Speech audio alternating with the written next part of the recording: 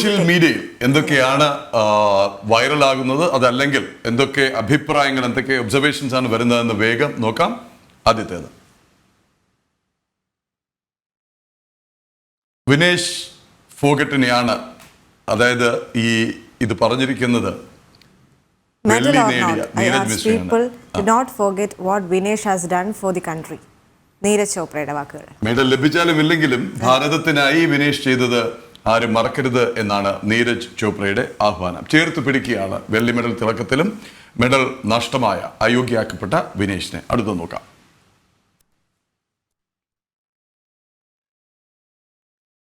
പ്രധാനമന്ത്രി നരേന്ദ്രമോദിയുമായി Olympic bronze medal നേടിയ അമൻ സംസാരിച്ചു. അടുത്ത തവണ 2028 സ്വർണം കൊണ്ടുവരും എന്നൊരു വാക്ക് നൽകിയിരിക്കുകയാണ് പ്രധാനമന്ത്രിക്ക്.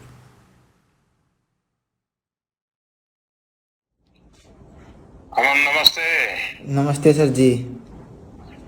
अमन आपको बहुत बहुत बधाई और आपके उज्जवल भविष्य के लिए भी अनेक अनेक शुभकामनाएं. धन्यवाद सर जी, बहुत खुशी हुई. आपने अपने नाम के अनुसार सारे देश का मन भर दिया है. हाँ जी, मुझे देशवासियों का आशीर्वाद था जी और आपकी मेहनत थी जी, जो इतने एक सुविधा दी जी टॉप्स ने और साई ने जी, आपने भी तो सबकी मेहनत आया जी.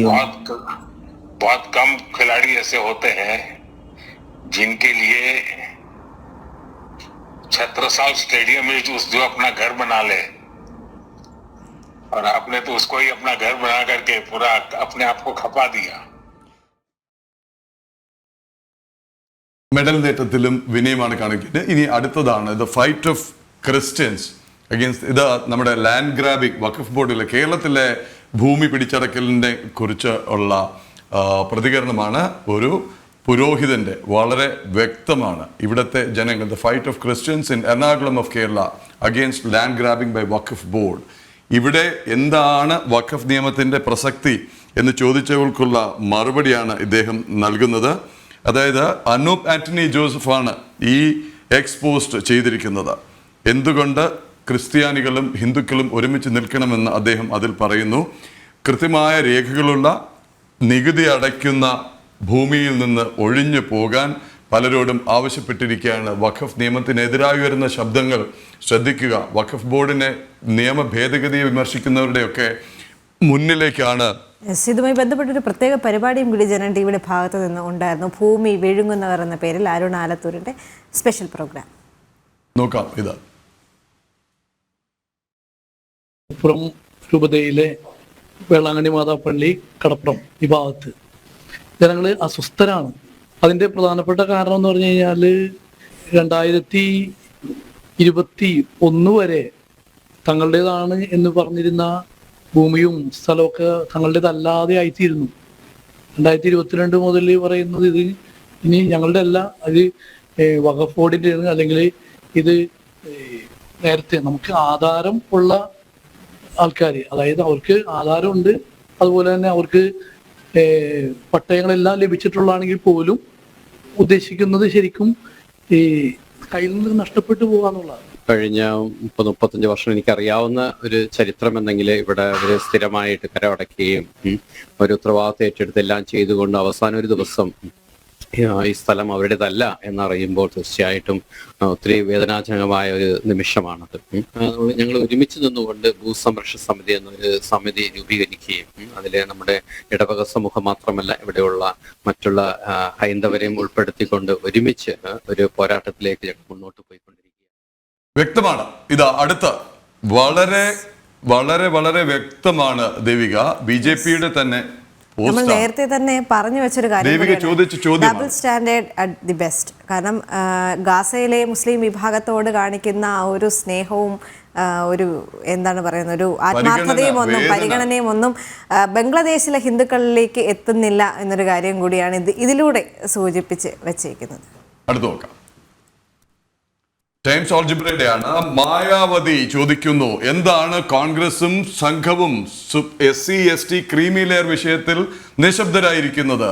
ഡോക്ടർ BR അംബേദ്കറെ തെരഞ്ഞെടുപ്പിൽ തോൽപ്പിക്കാൻ സ്വാതന്ത്ര്യാനന്തരം നടന്ന തെരഞ്ഞെടുപ്പിൽ പരാജയപ്പെടുത്താൻ ശ്രമിച്ച കോൺഗ്രസ് പാർട്ടി എന്ത് പറയുന്നു?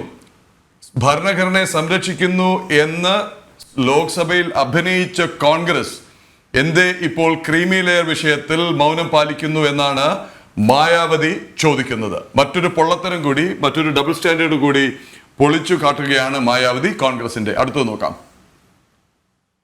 ആക്ഷനും റിയാക്ഷനും വളരെ വ്യക്തമാണ്. ഈ പോസ്റ്റ് ഒന്ന് കേരളത്തിന്റെ കോൺഗ്രസിന്റെ എക്സ് പോസ്റ്റാണ്. We don't know what he does either. അതായത് സാക്ഷാൽ അജിത് ഡോവലിന്റെയും അനൂപ് ആന്റണിയുടെയും ചിത്രം വെച്ചിട്ടാണ് ആ ചോദ്യം. അനൂപ് ആന്റണിയെ പരിഹസിച്ചുകൊണ്ടാണ് ഞങ്ങൾക്കും അറിയില്ല അദ്ദേഹം എന്താണ് ചെയ്യുന്നതെന്ന. ഉടൻ തന്നെ അനൂപ് ആന്റണി ജോസഫിന്റെ മറുപടി വന്നു. He is the one during his very first mission as a police officer walked into the heart of the Talasheri riots in Kerala in 1972 when other officers were too terrified to even enter the area. Without firing a single shot, he ended the violence. If you truly knew the state you have ruled for years, you wouldn't be asking what he did or does. വളരെ വ്യക്തമാണ് മറുപടി. 1972 കലാപം നടന്ന തലശ്ശേരിയിലേക്ക് ചങ്കൂറ്റത്തോടെ, മറ്റു പലരും മടിച്ചു നിന്നപ്പോൾ, പേടിച്ചു നിന്നപ്പോൾ ചങ്കൂറ്റത്തോടെ കടന്നു വന്ന ഓഫീസറാണ് അദ്ദേഹം. ഒരു വെടിയുണ്ട പോലും വർഷിക്കാതെ, ഒരു വെടി പോലും വയ്ക്കാതെ അവിടുത്തെ കലാപത്തിന് അറുതി വരുത്തി. ഇത്രയും നാൾ ഭരിച്ച സ്വന്തം സംസ്ഥാനത്ത് എന്താണ് നടക്കുന്നതെന്ന് ഓർമ്മയുണ്ടായിരുന്നെങ്കിൽ ഈ ചോദ്യം ചോദിക്കില്ലായിരുന്നു എന്നുള്ള ശക്തമായ മറുപടിയാണ് വരുന്നത്. ഇനി മറ്റൊരു വാർത്ത. ഡൽഹിയിലെ ഒരു ഊബർ ഡ്രൈവറിന്റെ ദേശസ്നേഹത്തിന്റെ അല്ലെങ്കിൽ ആ ഒരു സ്പിരിറ്റിന്റെ, സാധാരണ നമ്മൾ പറയുന്നത് ഒരു ജോലിയിലുണ്ടെങ്കിൽ ആ ജോലി പൂർത്തിയാക്കണം എന്ന് പറയുന്നുണ്ട്. പക്ഷെ ആ ജോലി പൂർത്തിയാക്കാത്തതിൽ ഏറ്റവും കൂടുതൽ അഭിമാനിക്കുന്ന ഒരു അവസരമാണ്. കാരണം ആ പണം വേണ്ട എന്ന് വെച്ചുകൊണ്ട് അദ്ദേഹം അത്രയും ഒരു അഭിമാനിയായ ഒരു രാജ്യസ്നേഹിയാണെന്ന് കാണിച്ചു തന്നൊരു നിമിഷമാണ് ആ സംഭവിച്ചത്. പാകിസ്ഥാനിൽ നിന്നുള്ള ഒരു സന്ദർശകയും പെൺ സുഹൃത്തും കാറിലിരുന്ന് ഇന്ത്യക്കാരെ സെൽഫിഷ് എന്ന് വിളിച്ചു, മത്ലപ്പറാസ്തെന്ന. അത് കഴിഞ്ഞ് ഡ്രൈവർ അത് നിർത്താൻ പറഞ്ഞപ്പോൾ വീണ്ടും തുടരുന്നു, ഇതാണ് മോദിയുടെ ഭാരതം എന്ന്. വണ്ടി അവിടെ നിർത്തി രണ്ടാളെയും ഇറക്കി വിട്ട ശേഷമാണ് അദ്ദേഹം അവിടെ നിന്ന് പോയത്. അടുത്ത് നോക്കാം. ഇത് വേറൊന്നുമില്ല, വേൾഡ് ഓഫ് സ്റ്റാറ്റിസ്റ്റിക്സിന്റെ പോസ്റ്റാണ്. ലോകത്തിലെ ഏറ്റവും വലിയ 7 സ്പേസ് ഏജൻസികളെ ലിസ്റ്റ് ചെയ്തിരിക്കുന്നതേ ഉള്ളൂ. ഇതിൽ നാസയുണ്ട്, ESA ഉണ്ട്, ചൈനയുടേതുണ്ട്, ഭാരതത്തിൻ്റെത് ഇസ്രോ ആണ് 5ാമതായി കൊടുത്തിരിക്കുന്നത്. അടുത്ത് നോക്കാം. ഭിക്കു മാത്രയാണ് മുംബൈച്ച ഡോൺ shortest summary of Hindenburg report. അതായത് സെബിക്കെതിരെ ആക്ഷേപം ഉന്നയിച്ചുകൊണ്ട് അദാനിക്കെതിരായ ആരോപണങ്ങൾ ഉന്നയിക്കുകയും ഈ അന്വേഷണം, സെബി നടത്തുന്ന അന്വേഷണം തട്ടിപ്പാണ് എന്ന് ആക്ഷേപിക്കുകയും ഒക്കെ ചെയ്ത ആക്ഷേപത്തിനുള്ള മറുപടി ഹിൻഡൻബർഗിന്റെ റിപ്പോർട്ടിൽ പറയുന്നു. ഇതിന്റെ ഏറ്റവും അവസാനം ഒരു ഡിസ്ക്ലെയിമർ കൊടുക്കും. ഇതിന് പ്രത്യേകിച്ച് ഇതിന് ഒരു ന്യായവും നീതിയും അതല്ലെങ്കിൽ ഒരു ലീഗൽ പ്രസക്തിയൊന്നും ഇല്ല എന്ന് കാണിച്ചുകൊണ്ട്. അപ്പൊ ഇത്രയേ ഉള്ളൂ, അവരുടെ സ്വന്തം അന്വേഷണത്തിന്റെ ക്രെഡിബിലിറ്റി ഇത്രയേ ഉള്ളൂ എന്നാണ് ഭിക്കു മാത്രേ ചൂണ്ടിക്കാണിക്കുന്നത്. അടുത്തേക്ക് പോവാം. ഇതൊരു ട്രോളിനുള്ള മറുപടിയാണ്, ശ്രദ്ധിക്കണം. അതായത് സേവാഭാരതി നടത്തുന്ന സേവനത്തെ ട്രോൾ ചെയ്തുകൊണ്ട് ആക്ഷേപിച്ചു, വെറും ട്രോൾ അല്ല, വലിയൊരു സേവനം നടത്തുന്ന വലിയൊരു വിഭാഗത്തിനെ ആക്ഷേപിച്ചുകൊണ്ട് പുറത്തിറക്കിയ ഒരു ട്രോളിന് കൃത്യമായൊരു മറുപടി പറഞ്ഞിരിക്കുന്നത് ഷഹീദ് ബിയം പറയാതെ വയ്യ.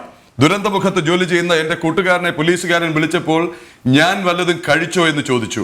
ഒരു പാർട്ടിയുടെ ഭക്ഷണം IG തടഞ്ഞപ്പോൾ കുറച്ച് ദിവസത്തേക്ക് ബുദ്ധിമുട്ടുണ്ടായിരുന്നു. ഇപ്പോൾ സേവാഭാരതിയുടെ ഭക്ഷണം വരുന്നുണ്ട്, അതുകൊണ്ട് കുഴപ്പമില്ല എന്ന് പറഞ്ഞു. അവർ അവിടെ എന്തെങ്കിലും ചെയ്യുന്നുണ്ടോ, ഞങ്ങൾ കേൾക്കുന്നത് മറിച്ചാണല്ലോ എന്ന് പറഞ്ഞപ്പോൾ അദ്ദേഹം പറഞ്ഞത് അവർ എല്ലാ ദിവസവും വരും, തുമ്പയും മറ്റ് ആയുധങ്ങളും ഒക്കെ ആയിട്ട് അവിടെ തിരച്ചിൽ നടത്തും, വീഡിയോ എടുക്കാനോ റീൽസ് ചെയ്യാനോ നോക്കാറില്ല എന്നാണ്. ഞാൻ ആരെയും ന്യായീകരിക്കുന്നില്ല. പക്ഷേ നമ്മുടെ കൊച്ചു കേരളത്തിൽ ഒരു ദുരന്തം നടന്നപ്പോൾ സന്നദ്ധ മനസ്സും സാഹചര്യമുള്ളവർ അവിടെ പോയി രക്ഷാപ്രവർത്തനത്തിൽ ഏർപ്പെടുമ്പോൾ സേഫ് സോണിലിരുന്ന മതവും രാഷ്ട്രീയവും തിരഞ്ഞു കൊത്താതെ അവർക്ക് സപ്പോർട്ട് ചെയ്തുകൂടെ? നല്ലതാര് ചെയ്താലും നല്ലത് തന്നെ. വ്യക്തമായ ശക്തമായ സന്ദേശത്തോടു കൂടി ഈ സോഷ്യൽ സ്കൂപ്പ് ഇന്നത്തെ എഡിഷൻ ഇവിടെ സമാപിക്കുന്നു.